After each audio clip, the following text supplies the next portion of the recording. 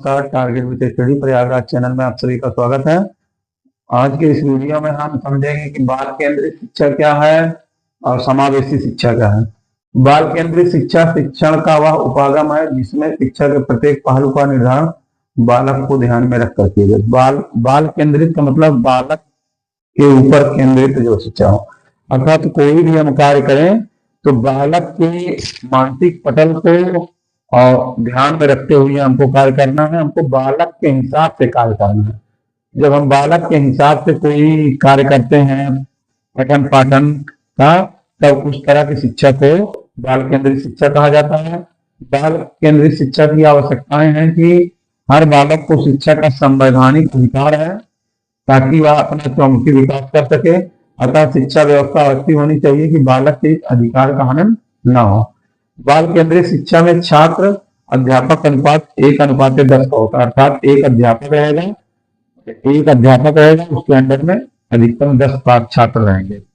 और उसके बाद है कि राइट टू एजुकेशन एक्ट 2009 के अनुसार बालक को 6 से 14 वर्ष तक की शिक्षा प्राप्त करना उसका मूल अधिकार बताया गया है। 86वें संविधान संशोधन 2002 में शिक्षा को मूल अधिकार के अंतर्गत अनुच्छेद 21 में जोड़ा गया है, जिसमें 6 से 14 वर्ष के बालकों को निःशुल्क एवं अनिवार्य शिक्षा का प्रावधान। इस प्रकार से बाल केंद्रित शिक्षा का मतलब है कि कोई भी शिक्षा कोई भी अध्यापक दे रहा है उसको केंद्र में बालक को रखकर ही देना है। बालक के मानसिक पटल को ध्यान में रखते हुए हमको शिक्षा देना है। बालक की रुचियों के अनुसार हमको कार्य करना है। अपनी रुचि को बालक के ऊपर नहीं थोपना है। बालक जिस स्तर से जैसे चाहे हमको उसी स्तर से उसको जो है शिक्षा हमको देनी है। खेल कूद के माध्यम से, पठन के माध्यम से, लिखने के माध्यम से, जिस माध्यम से बच्चा सीखना चाहता है और जिस माध्यम से उसके सीखने की इच्छा है उसी माध्यम से अध्यापक को उसे शिक्षा देनी चाहिए। यही शिक्षा जो है बाल केंद्रित शिक्षा है। और उसके बाद RTE एक्ट जो है 2009 में बना था, उसमें बताया गया था कि बालक को जो है 6 से 14 वर्ष तक के बालक को जो है अनिवार्य और जरूरी शिक्षा है। अगर कोई माँ बाप जो है बालक को जो है उसकी पढ़ने की इच्छा है और 6 से 14 वर्ष का बालक है, अभिभावक अगर बच्चों को स्कूल में उसका नॉमिनेशन नहीं कर पाते हैं तो उनके ऊपर कानूनी कार्रवाई की जा सकती है। RTE एक्ट में दिया गया है। तो इसलिए जो है, और इसमें जो है अनुच्छेद 86वें संविधान संशोधन 2002 में भारतीय संविधान में एक संशोधन करके अनुच्छेद 21A जोड़ा गया है, जिसमें बताया गया है कि बालक का शिक्षा का अधिकार मूल अधिकार है। और इसको जो है उसमें मौलिक कर्तव्य में बताया गया कि राज्य का यह कर्तव्य है कि 6 से 14 वर्ष के बालकों को निःशुल्क और अनिवार्य शिक्षा प्रोवाइड कराए। इसके बाद है समावेशी शिक्षा। सम आवेशी मतलब ऐसी शिक्षा जिसमें सभी बालकों को एक साथ लेकर के शिक्षा ग्रहण कराई जाए।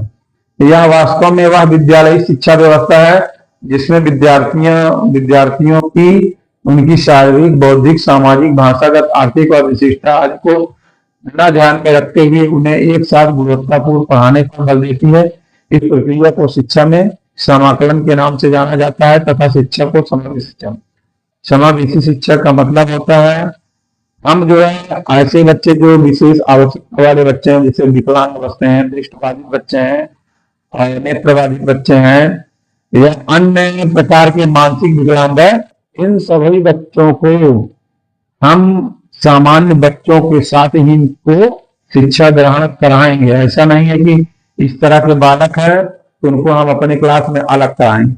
सभी बालकों को एक साथ इकट्ठा होकर के हमको उनको शिक्षा देनी है, उनको अलग से शिक्षा नहीं देनी है। और सबके साथ समानता का व्यवहार करते हुए अध्यापक को शिक्षा देनी है। अगर जैसे मान लीजिए दृष्टिबाधित बालक है तो उसके लिए अध्यापक जो है स्पेशल ट्रेनिंग लेकर के उस स्तर के बच्चों को कक्षा में ही पढ़ाएगा। इसका मतलब है कि जो स्पेशल बच्चे हैं उनको सामान्य बच्चों के साथ हमको शिक्षा देना ही समावेशी शिक्षा कहलाता है।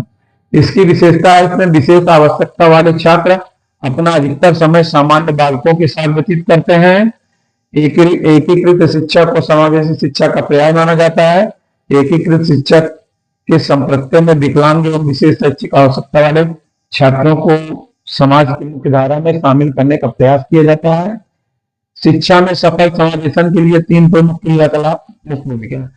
इस समावेशी शिक्षा के सफल क्रियान्वयन के लिए 3 महत्वपूर्ण भूमिका बताई गई है। नंबर 1, शिक्षा में अभिभावकों की जिम्मेदारी। अगर अभिभावक जो है सक्रिय होगा तो इस प्रकार की शिक्षा में बेहतर आउटपुट आएगा। क्षमता संवर्धन, अगर कोई बच्चा है उसके क्षमता को मोटिवेट करके बढ़ाया जा रहा है तो क्षमता संवर्धन की वजह से भी बच्चों में सीखने की प्रवृत्ति बढ़ेगी। उसके बाद अध्यापक की संवेदनशीलता। अध्यापक सभी बच्चों के प्रति, जो विशेष बच्चे हैं, जो सामान्य बच्चे हैं, सभी के प्रति अगर संवेदनशील है तो उसमें सीखने की प्रवृत्ति बढ़ेगी।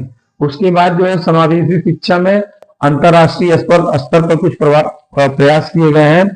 जैसे 1989 में यूनाइटेड नेशंस ऑर्गेनाइजेशन के बाल अधिकार सम्मेलन में सुनिश्चित किया गया कि बालकों के मध्य किसी प्रकार का भेद न किया जाए। यूएनओ के 1989 के बाल अधिकार सम्मेलन बताया गया कि किसी भी बालक के साथ किसी प्रकार का भेदभाव न किया जाए। एक सम्मेलन 1994 में 1994 में यूनेस्को ने सभी सदस्य सरकारों को समावेशी के संपत्तियों को पूर्णता प्रदान करने का निर्देश।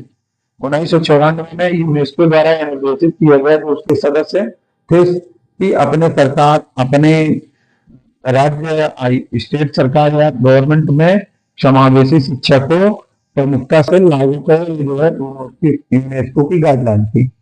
इस प्रकार से हमने समावेशी शिक्षा और बाल केंद्रित शिक्षा देखा। आगे हम जो है प्रगतिशील शिक्षा के बारे में जानेंगे। जो है प्रगतिशील शिक्षा, प्रोग्रेसिव एजुकेशन के बारे में जानेंगे। प्रोग्रेसिव एजुकेशन प्रगतिशील शिक्षा के जन्मदाता जो है जॉन डेवी हैं। प्रगतिशील शिक्षा के जनक इनको कहा जा सकता है। इन्होंने प्रगतिशील विद्यालय की स्थापना भी की थी। प्रगतिशील शिक्षा एक शैक्षिक दर्शन है जो करके सीखने, व्यक्तिगत अनुभव और छात्र की सक्रिय भागीदारी पर जोर देता है, जिसमें वे अपने ज्ञान का निर्माण कर सकें और आलोचनात्मक को समस्या समाधान तथा सामाजिक कौशल विकसित कर सकें। यह पारंपरिक रटंत्र विद्या का विरोध करती है और शिक्षक को छात्रों के जीवन को प्रासंगिक बनाने पर ध्यान देती है। ये जो प्रगतिशील शिक्षा है, जॉन डेवी ने बताया, इसके जनक है। इन्होंने प्रगतिशील शिक्षा के बारे में बताया कि जो प्राचीन शिक्षा प्रणाली रटंत्र विद्या पर आधारित थे उसको जो है इन्होंने निग्लेक्ट करते हुए प्रोग्रेसिव वर्तमान समय की शिक्षा प्रणाली में जैसे क्या बोलते हैं, लर्निंग बाय डूइंग करके, या उनके सामने समस्या का कोई समस्या प्रस्तुत करके उससे समाधान ढूंढने की कोशिश करने को लेकर के, या प्रयोग के माध्यम से जो है की जाती है, जिसमें बालक जो है अध्यापक के निर्देशन में बालक जो है एक्टिव मोड में रहता है। बालक कार्य करता है और कार्य करने से उसके मानसिक एवं शारीरिक दोनों का विकास होता है।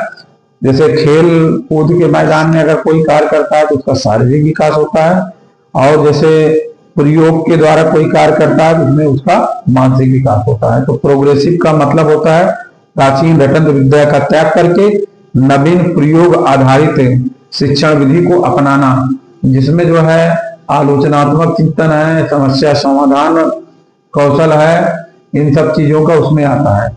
लर्निंग करके सीखना मतलब लर्निंग बाय डूइंग, बच्चा जब करके सीखता है तो उसमें बेहतर परिणाम प्राप्त होता है। उसी तरह अनुभवात्मक शिक्षा, अनुभव के माध्यम से कोई चीज, जैसे मान लीजिए कोई चीज, बालक कोई चीज कर रहा है, उसमें उसको लाभ या हानि मिली है, उसी आधार पर वो कार्य नहीं करेगा। अगर उसमें लाभ हुआ है तो उस कार्य को दोबारा पुनर्वलन के आधार पर करेगा, हानि हुआ है तो दोबारा वो कार्य नहीं करेगा। यहाँ शिक्षा जो है छात्र केंद्रित होती है, अर्थात छात्र जैसे चाहे अध्यापक उसी तरह से उसको पढ़ाए। छात्र को केंद्र में रखकर कार्य करना है। अगर उसका पढ़ने का मन है तो पढ़ाया जाए, खेलने का मन है तो उसके खिलाया जाए, या गीत सुनाने का मन है तो उससे गीत सुना जाए। जो भी उसका मानसिक पटल जो करे अध्यापक उसी तरह उसको पढ़ाने की कोशिश करेगा। उसके बाद है एकीकृत पाठ्यक्रम। बड़ा पाठ्यक्रम नहीं, कोई एक विशेष क्षेत्र को लेकर के पाठ्यक्रम बनाया जाए, उसी सामान्य पाठ्यक्रम के आधार पर कार्य कराया जाए। सामाजिक कौशल विकास, समाज में रहते हुए समाज के जो कौशल है उसको डेवलप किया जाता है। जैसे उनके माता पिता का जो व्यवसाय है, बच्चा उन्हीं के साथ रहते हुए वो व्यवसाय सीख लेता है, तो समाज में जो कौशल है उसको डेवलप करता है। वास्तविक दुनिया से जुड़ाव की बात करता है। प्रगतिशील शिक्षा बच्चों को दुनिया से काट करके नहीं, वास्तविक दुनिया से जोड़ करके करता है। विविध शिक्षण सामग्रियों का प्रयोग करके, प्रोजेक्टर के माध्यम से, टेलीविजन के माध्यम से, लैपटॉप के माध्यम से, कंप्यूटर के माध्यम से, विविध शिक्षण सामग्रियों के माध्यम से बच्चों को पढ़ाया जाता है। अब रविन्द्रनाथ टैगोर ने प्रगतिशील शिक्षा के बारे में बताया है कि प्रगतिशील शिक्षा आत्म प्रेरणा और बौद्धिक जिज्ञासा पर बल देती है। उसके बाद मारिया मॉन्टेसरी ने बताया है कि प्रगतिशील शिक्षा बच्चों की स्वाभाविक जिज्ञासा एवं सीखने की इच्छा को विकसित करने पर केंद्रित है। उसके बाद जो है सूक्ष्म शिक्षण है। सूक्ष्म शिक्षण पूछा जा सकता है किसके प्रतिपादक कौन थे, तो सूक्ष्म शिक्षण का आविष्कार D.W. एलन ने ईथ एकिसन तथा रॉबर्ट बुश की सहायता से स्टैनफोर्ड यूनिवर्सिटी में किया था।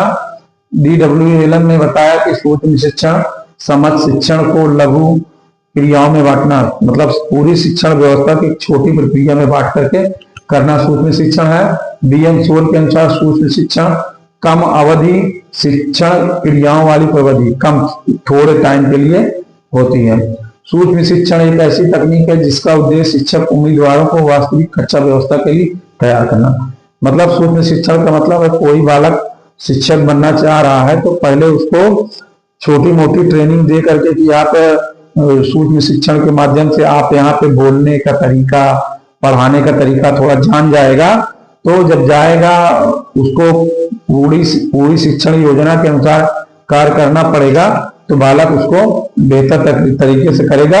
इसलिए संपूर्ण शिक्षण योजना को पढ़ाने से पूर्व जो कम समय में अभ्यास होता है वही मान के चलिए कि सूक्ष्म शिक्षण है। अब हमारी जो वीडियो है आपको पसंद आई हो तो मेरे वीडियो को लाइक करिएगा, कमेंट करिएगा, मेरे चैनल को सब्सक्राइब करिएगा, जिससे मैं आपके लिए बेहतर से बेहतर वीडियो बना सकूं। धन्यवाद।